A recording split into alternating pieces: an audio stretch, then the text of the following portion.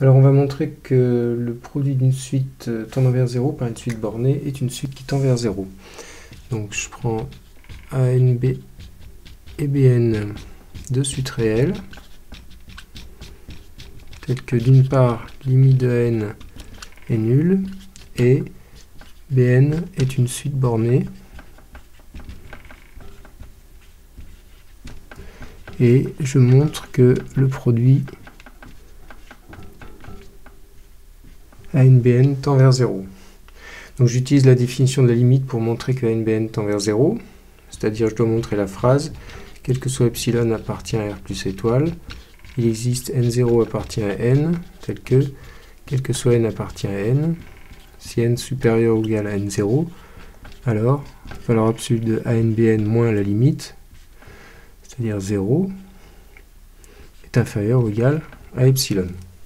J'analyse la nature de la phrase, c'est une phrase du genre quel que soit un élément dans un ensemble, il se passe tout ça. Donc pour montrer cette phrase, j'utilise le corps habituel, je prends un epsilon dans R plus étoile, et je dois arriver à la conclusion, il existe N0 appartient à N, tel que, quel que soit N appartient à N, si N supérieur ou égal à N0, alors valeur absolue de ANBN inférieure ou égale à epsilon. J'analyse ma conclusion, c'est une phrase du genre il existe un élément dans un ensemble tel que tout ça. Donc le but ici c'est de trouver N0.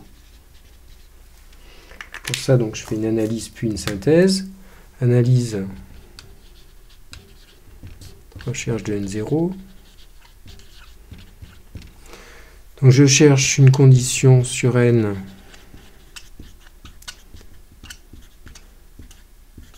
du type N supérieur ou égal à quelque chose qui est le N0 cherché.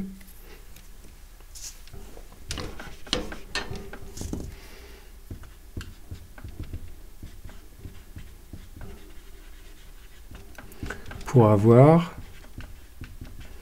valeur absolue de ANBN inférieure ou égale à epsilon.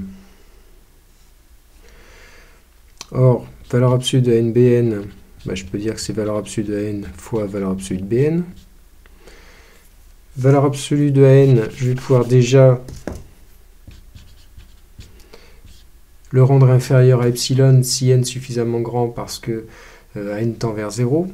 Donc j'utilise la définition de la limite, limite de n égale 0. Donc pour cet epsilon par exemple, il existe un n1 appartient à n tel que quel que soit n appartient à n si n supérieur ou égal à n1. Alors valeur absolue de AN inférieure ou égale à epsilon. Et puis d'autre part, la suite BN, elle est bornée.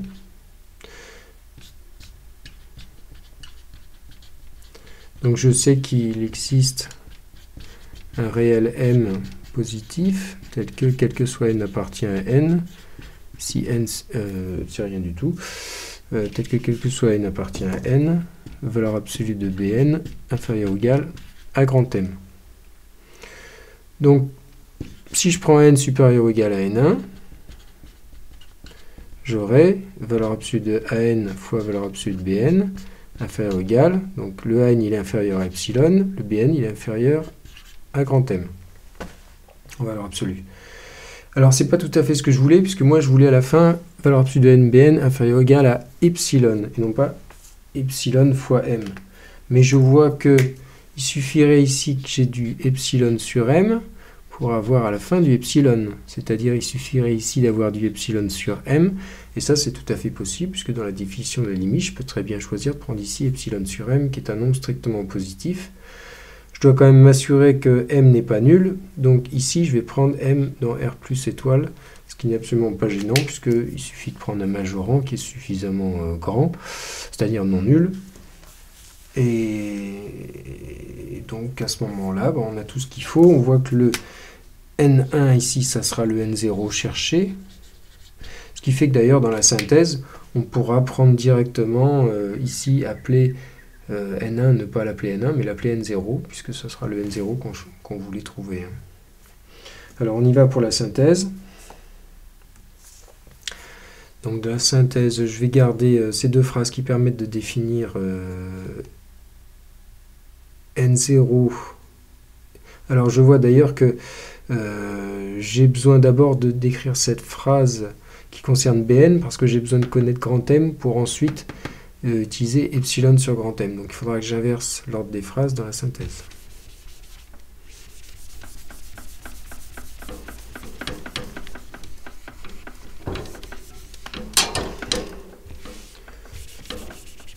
Donc je garde ces deux phrases-là. Synthèse. Donc je vais poser N0, mais j'ai besoin d'abord de définir grand M. Donc cette phrase, je la remets en première position. C'est-à-dire que Bn est une suite bornée. Donc il existe un grand M, donc que je prends dans R plus étoile cette fois-ci, tel que quel que soit n appartient à n, valeur absolue de Bn soit inférieure ou égale à grand M. Ensuite, j'applique la définition de la limite avec epsilon sur m. Ça me permet de construire N0. Donc je l'appelle N0 tout de suite. Maintenant N0 est défini et j'ai plus qu'à vérifier que j'ai ce qu'il faut, c'est-à-dire que on va montrer, quel que soit n appartient à n, si n supérieur ou égal à n0, alors valeur absolue de n fois bn est inférieure ou égale à epsilon. Donc pour ça, je prends un n tel que n est supérieur ou égal à n0 et je montre que n bn est inférieur ou égal à epsilon. Donc j'écris que valeur absolue de ANBN c'est égal à valeur absolue de AN fois valeur absolue de BN. Le BN, je le majeure par grand M. Le valeur absolue de AN, je le majeure par epsilon sur M parce que je sais que N est supérieur ou égal à N0. Et donc tout ça, c'est inférieur ou égal à epsilon sur M fois grand M. C'est-à-dire, j'obtiens bien valeur absolue de NBN inférieure ou égale à epsilon.